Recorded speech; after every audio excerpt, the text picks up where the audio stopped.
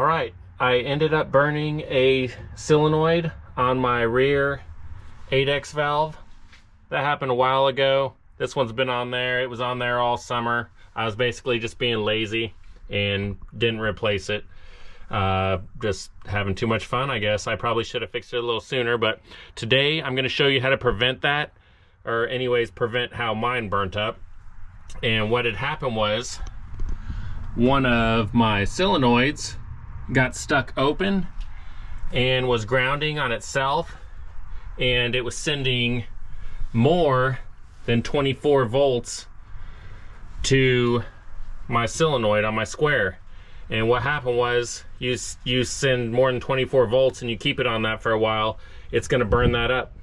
And mine are all stainless. Andy was nice enough to make those for me when I bought them, and they look beautiful, but they are not easy to replace. So I got a hold of Andy, and he was nice enough to make me another one. Not for free, of course, but I'm sure they're not cheap to get made and had made.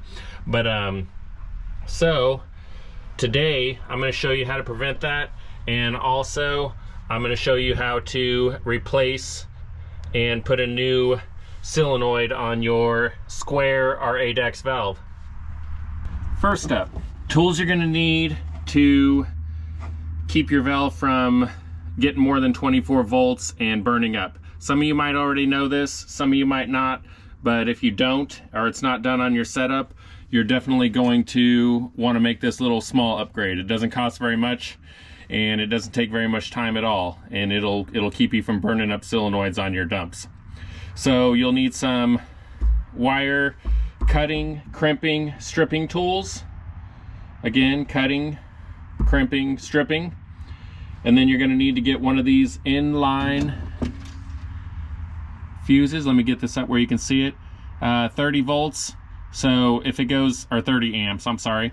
If it goes above 30 amps, you want that fuse to blow. You don't want it to continuously go to your dump, because you're going to burn that solenoid or burn up that dump, which can either leave you stranded, start a fire, or just burn up an expensive valve or an expensive solenoid on your dump, your square dump, which happened to me, and it takes a while, especially mine being stainless and having to get it custom made. And then you're going to want a couple crimping tools and shrink wrap, just to keep the moisture out of it and keep everything looking good. So that's the tools you're going to need, the supplies you're going to need as far as their inline fuse. So I'm going to go ahead and put that on. I'm not going to show you me putting it on, it's pretty basic, and then I'll show you what it looks like after it's done here. All right, we got it all in there. I'm going to do one on each line for each of the 3 pumps, and then we're going to go ahead and fix that square dump so that we can get rid of that, because that China dump has done all it's going to do. Its time is up. All right, there it is, all pulled apart. My Adex regular duty polished dump. Here's the stainless solenoid that got burnt, and if you look close here, if it'll focus, you can see where it's all nasty and is stinky. Yeah, it smells pretty bad when they burn up, like electrical burning, of course. A little bit different than that, but and then Andy told me a funny story. I'll go ahead and share that with you right now so I don't forget part of it. But he's a fun guy to talk to, very talkative, and he told me a story how when he was younger he had a square dump in his trunk and was driving back from a show, and that how the dump had burnt up and it was stinking up the whole car, and back then these valves were so cheap that you could just go pick them up, and that he just pulled it, he pulled over on the highway, unbolted the valve, and just tossed it right in the ditch just so he could get rid of the smell. So if you guys could imagine that now, tossing one of these in the ditch because the solenoid burnt up, obviously you know that's not going to happen. And here is the Lowrider Gold. We got a brand new stainless steel valve a Super Duty. All mine were Super Duty. The solenoids were anyways, not the valves. Just my front valve is Super Duty, but he went ahead when he made them and made me all Super Duty stainless solenoids. So I had to get one to match, and I bought a couple extras because you never know. And they're definitely not easy to come by. So these are pretty basic. It's just got 4 Philister screws. Make sure you don't lose those. Make sure you got the right size screwdriver, and you don't want to be screwing them in there and then just little parts. I mean, you don't want to screw them in there and strip out your screw and have it looking like crap when you got a expensive dump on there. Or I wouldn't anyways, and Andy definitely wouldn't. If you've ever talked to him, he's very, he really is proud and should be of the quality of his work. So back to this, it's all in there, and I think I already said that, but there's that. So that's wired up. I tested it and it works. So now we're going to screw this back together, and I'll have to change some fittings here, and we'll get that all going, and then I'll show you when it's done.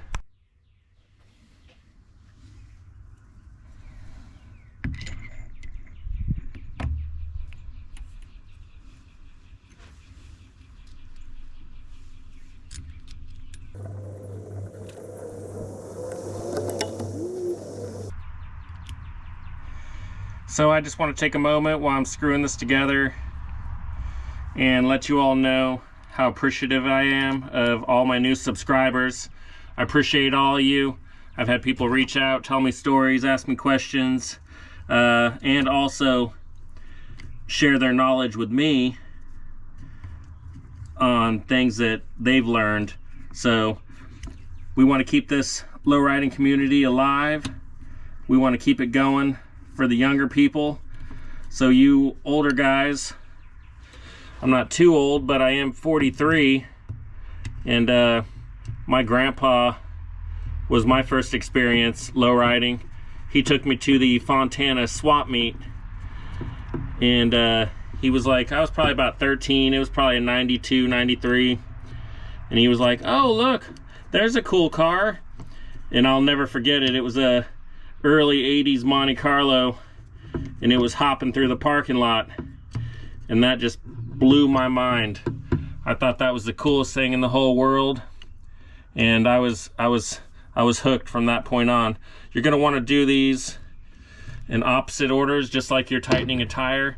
So one side, get your other side. You don't have to tighten them up super tight. They're not receiving any pressure. If you do happen to have to rebuild one of these, you can reuse these. You don't have to have a new one on these Philisters. I'm not going to worry about safety wiring them down. I've watched some videos, and I think I could do it. I feel confident doing it, but I'm not too worried about it. And there she is. Hold on, I'll get a better view here for you. There it is there. Looks great. And I'm so thankful that Andy took the time. He doesn't have to. He took the time to make sure that I got a matching one to match the rest of my dumps.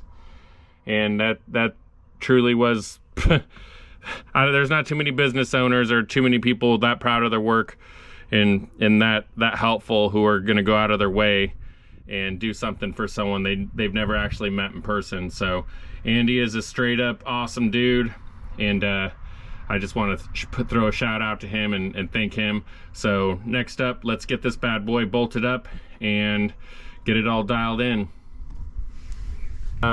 You don't have to, because you shouldn't need anything, but I like to use these crush washers to hook up my JIC lines. That way I don't have to tighten them as tight or worry about any leaks. You really shouldn't have to, but if somebody's over tightened them in the past, or there's any kind of nicks or anything in them, you have to really tighten them to keep them from leaking.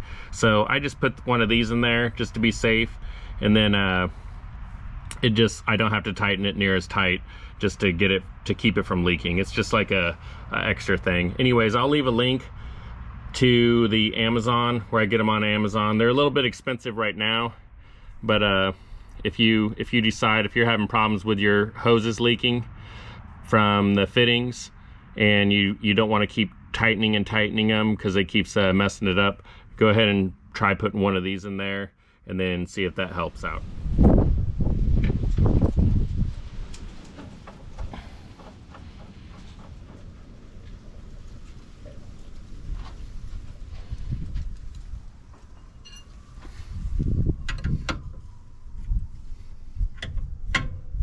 Don't tighten it up too tight just yet.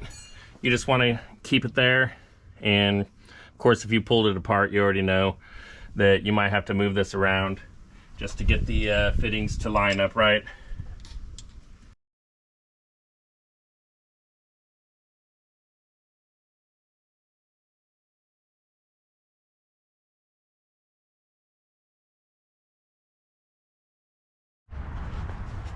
All right, now let's check it out for some leaks.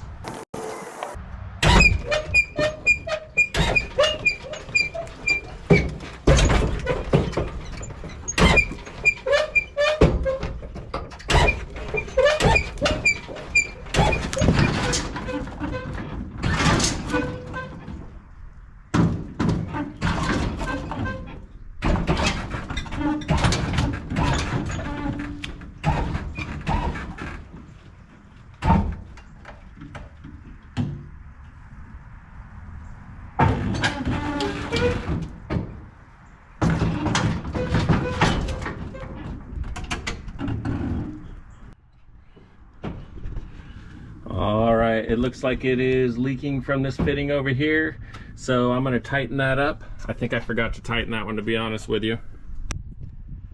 Got the fitting all tight, no more leaks, looking good. And if you all did enjoy this video at all, or want to see more like it, consider liking, subscribing, share it with some friends if it's something they're interested in. I appreciate you all. Next up,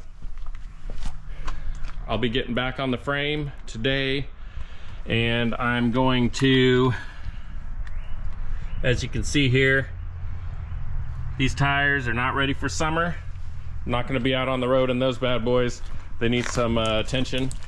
So I'm going to get those replaced and replace the ball joints, change the oil on this LS engine, and I'll make a quick little video about that. It's pretty simple stuff. So anyways, I appreciate you all. Thanks for everything. Have a good day.